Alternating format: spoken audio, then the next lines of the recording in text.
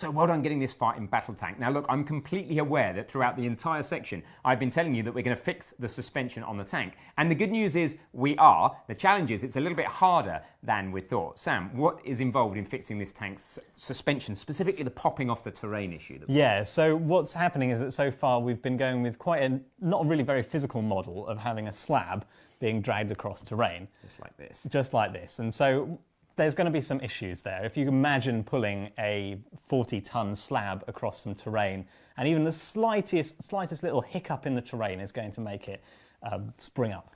Yeah, and probably because of floating point rounding errors in the representation of the terrain height or something like that, we're getting those conditions where the physics engine thinks there's a collision at the boundary between this bit of terrain and this bit of the terrain where there's a little tiny step, and boom, stuff happens. Exactly, and we'll go into more detail on this in the coming content.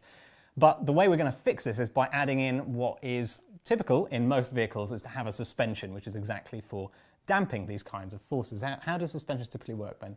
Well, typically you've got a damping and a rebound. So basically you've got a spring with some sort of resistance to it. So one question is how stiff is the spring? And then the other question is how much does it resist speed? So how much does it resist force and how much does it resist speed? That's the damping and the rebound or whatever they call it. But basically the thing you need to know is how much does it resist compression, which depends on the weight of the vehicle, and how much does it resist velocity, which is typically done through oil going through a small hole in a piston, which limits how fast the thing can move. Yep. So they're the two factors we're going to be tweaking. Exactly, and we're going to have to figure out how we can represent this in Unreal, and that's quite tricky because there are a few different ways of doing it.